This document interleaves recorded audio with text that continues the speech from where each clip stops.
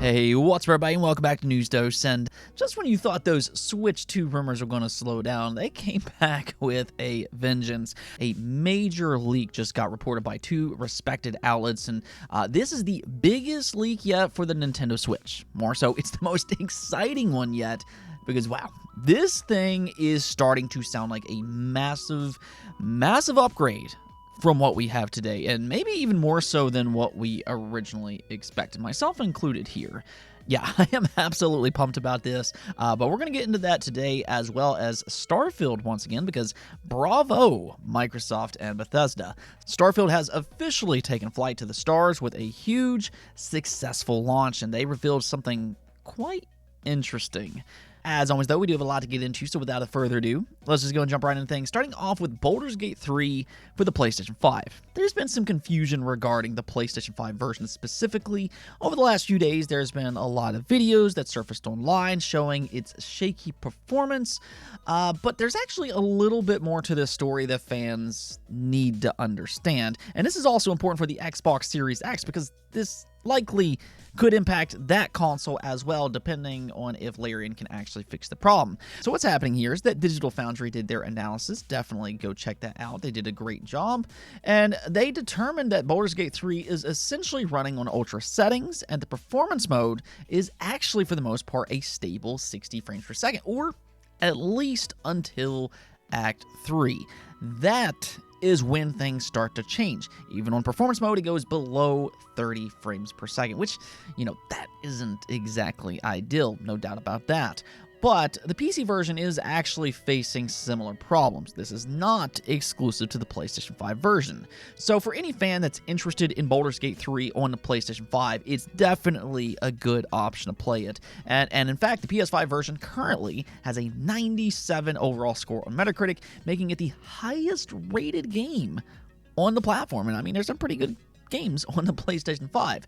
Hopefully, though, Larian will get that third act fixed. That's a disappointing shift in performance to basically go from a 60 frames game to basically 30 frames just like that. Now, Larian did say, quote-unquote, we'll be working throughout September to improve performance in Act 3, further with new technology that's been taking a bit longer to release than we expected. So they are working on it, which is definitely good to hear, and hopefully by the end of the year, all versions, including PC, PlayStation, and eventually Xbox as well, will have that improved performance in Act 3. Moving on, though, we got an update for E3 2024 and actually also 2025. More on that here in just a second, but ReedPop and the ESA have officially parted ways, leaving the ESA on their own once again to figure things out. Now, truthfully, I don't really blame ReedPop after what happened this year. They tried to reboot E3. I'm sure they put in a lot of effort, as we've seen from some of their other events, but game publishers just did not buy into their version of E3, which is still the main question going forward. How do you get these publishers on board for a mega event like E3? ReedPop was supposed to be the savior, but apparently they couldn't manage it either. And I mean, by this point, there is a very real question. Does E3 have a future in the game industry? The ESA just kind of keeps kicking the can down the road, but so far we've yet to see a promising sign that they can manage to actually bring it back. Even still, though, the ESA isn't giving up yet, and so far they've refused to cancel E3 2024. Now, it won't be located in LA this time, that much is confirmed, which that alone is a big change. Maybe they can make it cheaper for publishers to buy in, but we'll see how all that works out in the long run. I'd say the more interesting part here is the announcement in regards to 2025. They claim that in 2025, they're completely reinventing E3. Now, what exactly that means, we're going to have to kind of wait and see, but 2025 might be their best and maybe their last opportunity to revive E3. It might not necessarily be what it used to be, but it is worth keeping an eye on. As someone who grew up with E3 and had a blast watching it year in and year out, I mean, I'd love to see it return in a meaningful way. But let me know what you all think about all this. What could ESA do to make E3 a worthwhile event once again?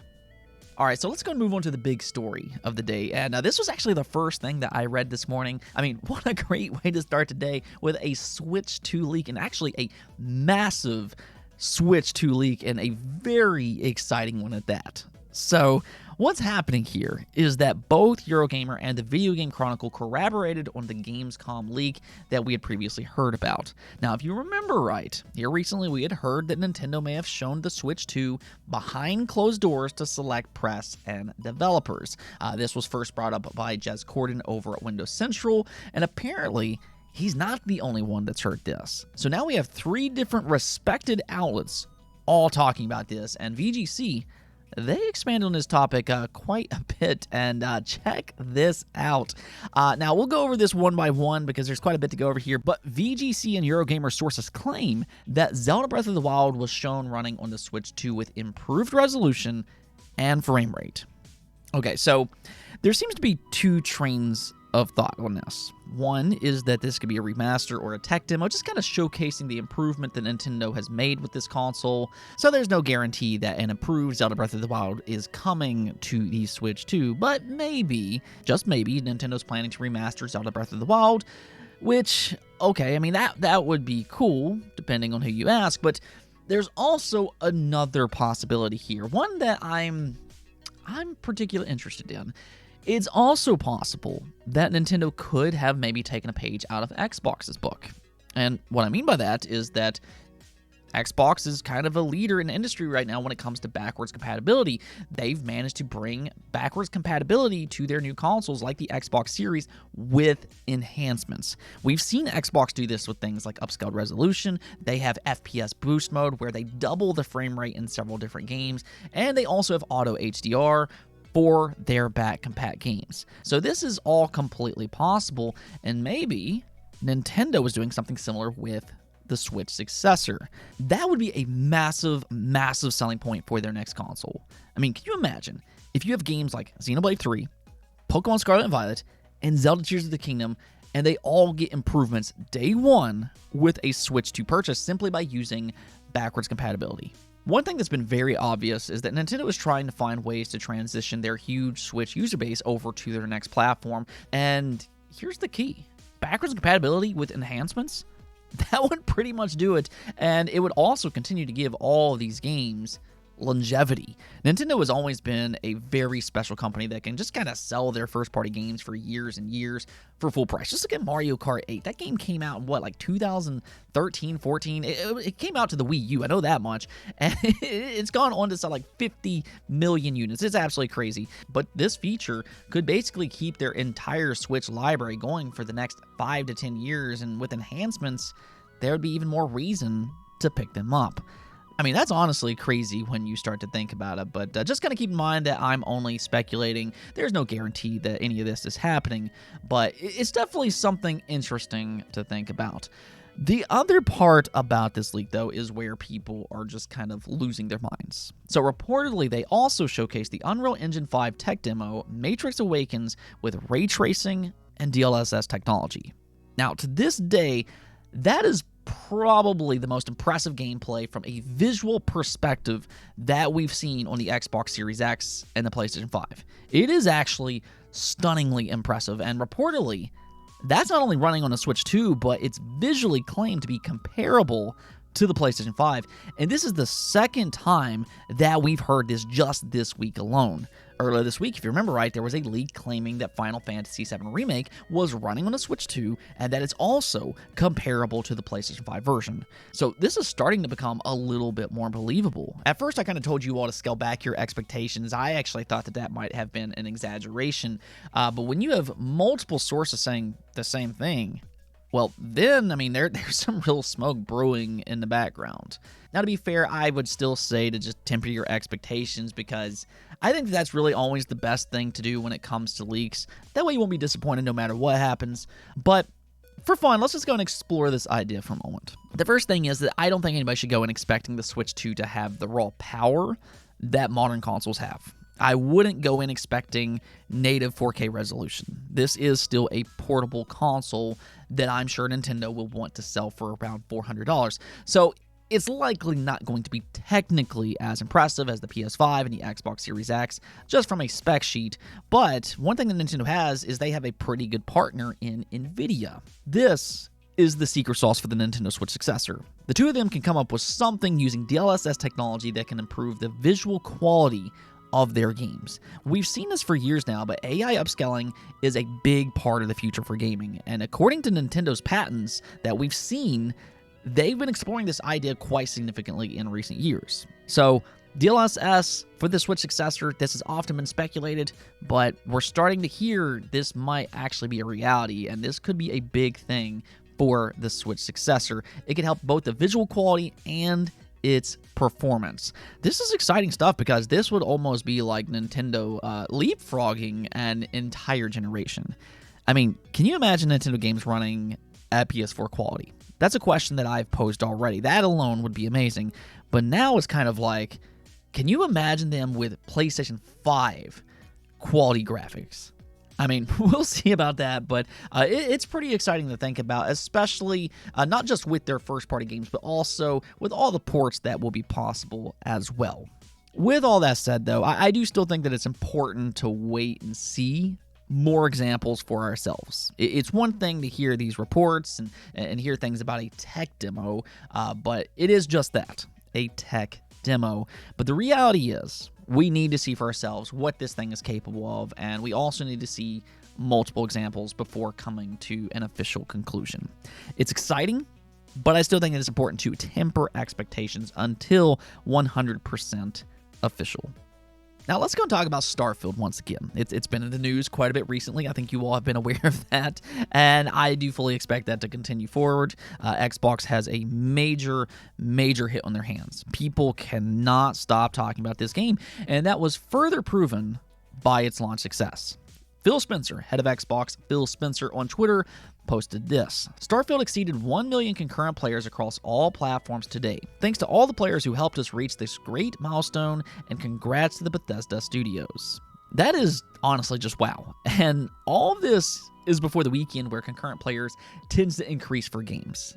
So this is, as far as I'm aware, one of Xbox's most successful launches ever. Halo 3 also reached 1 million concurrent players back in the day, but one thing that makes this so impressive is that Starfield, it's also been in early access for a week or so now. So that plays an effect on those launch numbers. Several people have already purchased and beat this game before it even technically fully released, so they're not including that in the launch metric. We also know that Starfield was estimated to have sold at least 2 million copies in early access. Again, that is before its official launch, so from every single metric right now, Starfield has seen massive success, and this is exactly what Xbox needed. They needed a major AAA hit, and they got it. This is a must-play game for the brand. People are buying into the hype, they want to see what all the talk is about, and for the most part, fans seem more than satisfied, myself included. From my own experience, this is just such a big game, and it's a ton of fun to explore.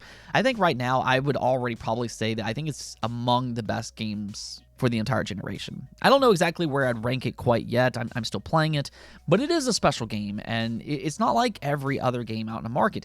It's its own thing. It's a Bethesda RPG, which kind of has its own vibe to it, and those just always seem so special. We saw it with Skyrim, we've seen it with Oblivion, we saw it with Fallout. I mean, they do make special and beloved RPGs that last for years and years.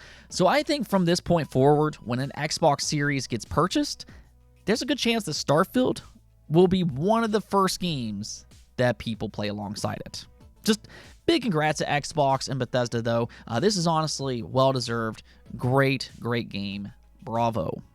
Now, we do have one last thing to talk about here, and this was a little bit of a surprise, but NetherRealm Studios revealed a new Mortal Kombat 1 character, Narada, and interestingly, she's voiced by none other than Megan Fox. They have a whole video about this and her talking about this character, and I mean, this is kind of another Diablo 4 situation. Apparently, Megan Fox is making waves in the game industry right now, and it's just good marketing material. She was trending on Twitter yesterday, which means a lot of people were talking about this character reveal for Mortal Kombat 1. What I will kind of say here, though, is that I think the character looks like a lot of fun. I like the design and everything, and I mean, it's really just kind of fits in with the game as a whole. Mortal Kombat 1 really is shaping up well, and it won't be too long now before we can officially play it ourselves. It is set to release later this month on September 19th. Okay, so let's go and get to the poll of the day, though, where I asked you all, do you want the next Zelda game to be similar to Tears of the Kingdom or incorporate more classic gameplay elements? And you all did me proud here. 67% of you all voted for classic, whereas only 21% of you voted for Tears of the Kingdom. And here's the thing. Whether you like Breath of the Wild or you like those classic games, I think they're both good games. But I do believe the classic games are much better. Like, I get that Breath of the Wild was insanely popular and it launched alongside the Switch, which that definitely helped. But popularity does not equate to being the best. That's just not how it works. Call of Duty, as an example, on a yearly basis is among the best-selling games, but that does not mean that it's the best game every single year. It's just the most popular. But I think what's happening with Zelda is quite interesting and a unique situation because this is a long-running and highly beloved franchise. But you have this entirely new fan base that just started with Breath of the Wild. So now there's a lot of varying opinions on this. You have the new versus the old, and Nintendo's going to have to balance that from this point forward. So what I personally think that they need to do here is they need to keep that open world format. I don't think that that's necessarily the problem with the new Zeldas, but they need to find a way to bring the classic formula to that open world experience. And I think with both games, they fell short of that. Now, Tears of the Kingdom was a step in the right direction. Its temples were better than what they did in Breath of the Wild, and it was kind of more like dungeons, but they still were not nearly as good as the classic games. And I think one reason for that is because the new Zelda games mainly focuses on God Hand and the fuse ability, whereas the classic games, you had a new item for every single dungeon. There was also keys, and it was just kind of like a big labyrinth, and you just had to solve it. So the puzzles were just much better in the previous games because there was more complexity. Now, to be fair here, the Tears of the Kingdom temples, they added supernatural abilities, so they tried to do their own unique thing. But again, I just don't think that they were as good as the classic games. Now, I understand it probably feels like I'm trashing Tears of the Kingdom, but truthfully, I do think that it's a good game. Don't get me wrong. I think it's an excellent game. I just think that it's missing a lot of what makes those classic Zelda games so good. It feels like they still don't have the right blend. Hey, maybe I'll do a ranking list one day and have everybody be mad at me. But until then, it's nice to see a lot of people do agree with me. The next game needs to incorporate those classic elements a little bit more. Anyways, though, that's it for this episode. But if you liked the video, don't forget about the notification and subscribe button for more content just like this. Also, if you'd like to support the channel through Patreon, thank you for making this content possible. Peace out.